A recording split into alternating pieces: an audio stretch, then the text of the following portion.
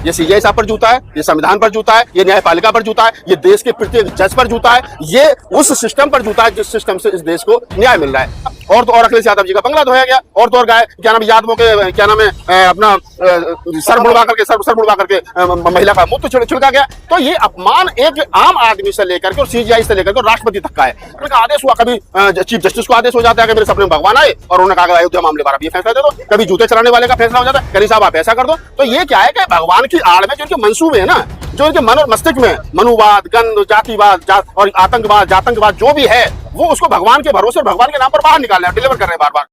कहीं ना कहीं हर बार हर मौके पे ये बताने की कोशिश की जाती है कि आप दलित हैं, आप सीजीआई बन जाएंगे तो दलित रहेंगे, आप प्रधानमंत्री बन जाएंगे तब भी दलित रहेंगे, आप राष्ट्रपति बन जाएंगे तब भी दलित रहेंगे, आप मुख्यमंत्री बन जाएंगे तब भी दलित रहेंगे।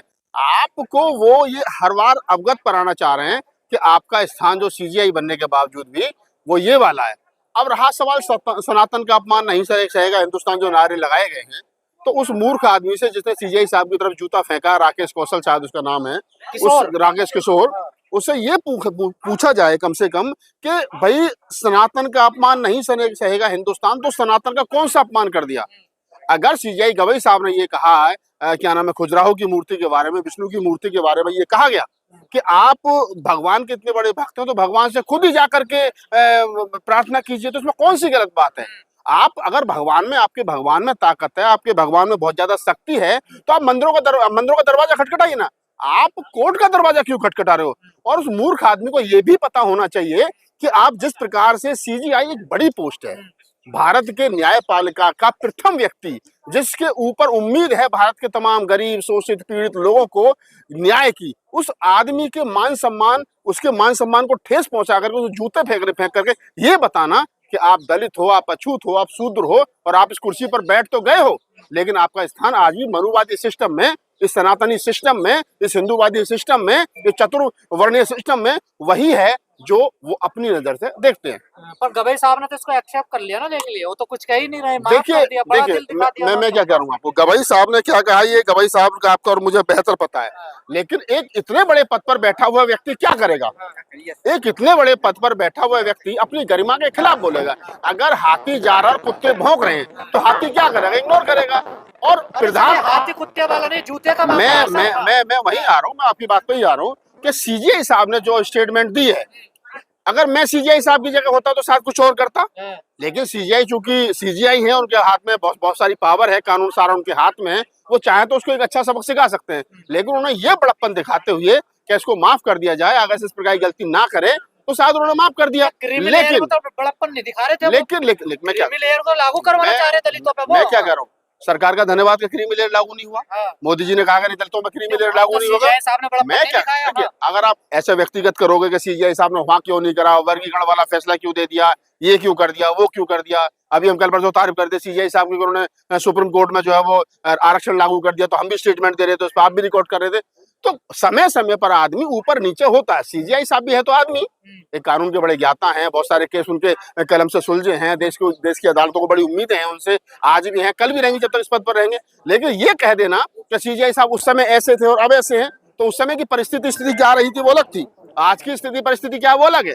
तो आज वर्तमान में जो हम बात कर रहे हैं वो इस बात पे कर रहे हैं कि सीजीआई साहब पर जूता फेंका गया। मैं इसकी घोर निंदा करता हूं, और जिस व्यक्ति ने इस प्रकार के कार्य को अंजाम दिया है उस व्यक्ति को कठोर से कठोर सजा मिलनी चाहिए। सीजीआई साहब ने अपना बड़प्पन दिखा दिया, लेकिन सरकार को चाहिए, सरकार को चाहिए, ये सीजीआई साहब पर जूता है, ये संविधान पर जूता है, ये न्यायपालिका पर जूता है, ये देश के प्रत्येक जज पर जूता है, ये उस सिस्टम पर जूता है जिस सिस्टम से इस देश को न्याय मिल रहा है। तो मैं वो कह रहा हूं कि अब सीजीआई साहब ने कह दिया कि उसको माफ कर दिया जाए, लेकिन मैं फिर कह रहा हूं कि अब ये जिम्मेदारी बनती है सरकार की कि उस व्यक्ति को कठोर से कठोर सजा दी जाए, ताकि इन फ्यूचर किसी भी आने वाले समय पर कोई भी व्यक्ति इस प्रकार की घटना को अंजाम ना दे सके। ये है।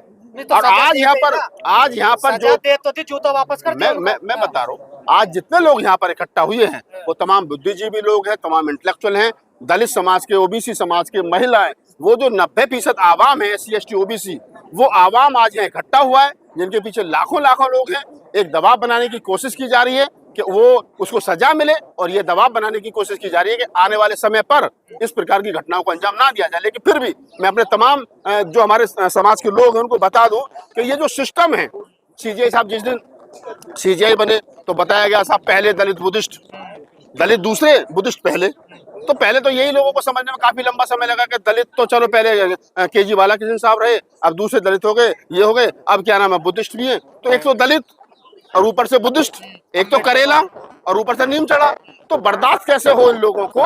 वो पहले दिन से उनकी आंखों में खटक रहे हैं। नागपाल जी, सोचने वाली बात यह है, ये घटनाएं लगातार हो रही है, पहले राष्ट्रपति के साथ, हाँ, मैं वहीं आ रहा हूँ ग्वालियर हाईकोर्ट में बाबा साहब की मूर्ति, मैं वहीं आ रहा हूँ आप ही की बात पर कि देश के लोगों को, तमाम अम्बेडकरवादियों को, बुद्धिस्टों को, कबीर पंथियों को, नानक पंथियों को, रैदास पंथियों को, माइनॉरिटी के लोगों को, चाहे वो मुस्लिम है चाहे वो कम्युनिस्ट, कोई भी है, वो जो समाज है जिसको जो कुछ मिला है संविधान से मिला है और संविधान की वजह से मिलने की संभावना है, और उस संविधान के को मानने वाले, चलाने वाले लोगों के साथ में इस प्रकार का भी कैद साहब का अपमान हुआ।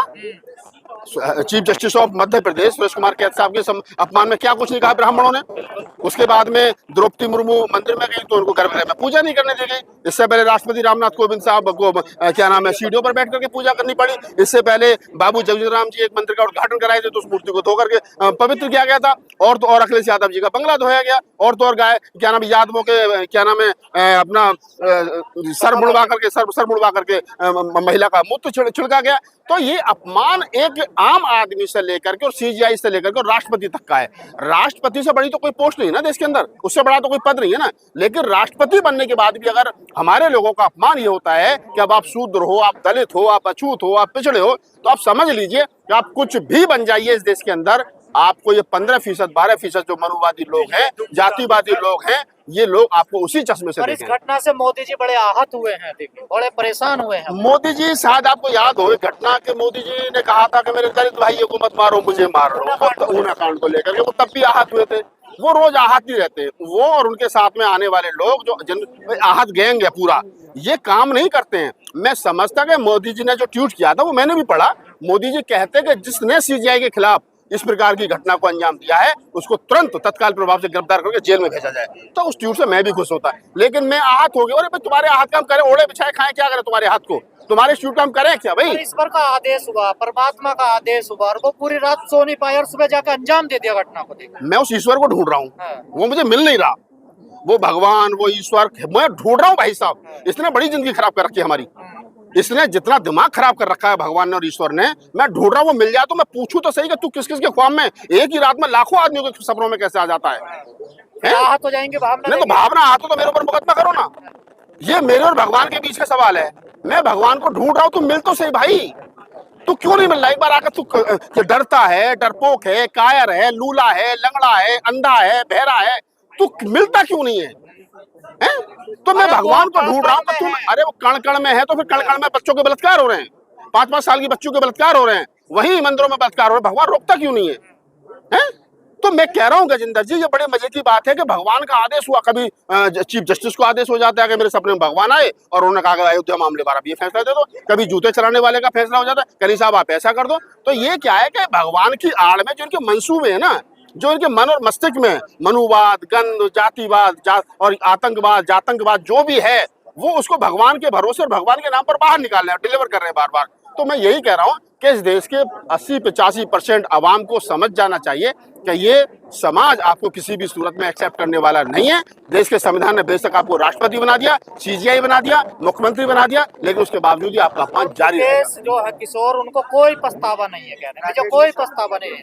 राग जो है वो कह रहे मुझे कोई पछतावा नहीं है, अगर दोबारा मौका मिलेगा तो मैं फिर भी ऐसे करूंगा। मैं वही तो कह रहा हूँ कि ऐसे आदमियों का आप यार सभ्य लोगों की सोसाइटी में खुला छोड़ रखा है। उस आदमी को जो आदमी चैलेंज कर रहा है करके मैं दोबारा ये करूं, उसको जेल में ठूसना चाहिए भाई, और उसको कड़ी से कड़ी सजा देनी चाहिए। तो मैं तो प्रधानमंत्री के ट्वीट पर सवाल खड़ा कर रहा हूँ कि जो प्रधानमंत्री जी कह रहे हैं मैं बड़ा आहत हूँ, उन प्रधानमंत्री जी से मेरा सवाल है कि आहत मत होइए, उस आदमी को उठा करके जेल में ठूसे। प्रधान और सीजीआई साहब ने जो बड़प्पन दिखाया उसके लिए बहुत बहुत धन्यवाद, लेकिन मेरा व्यक्तिगत ये मानना है कि ज्यादा बड़प्पन दिखाना भी ठीक नहीं है।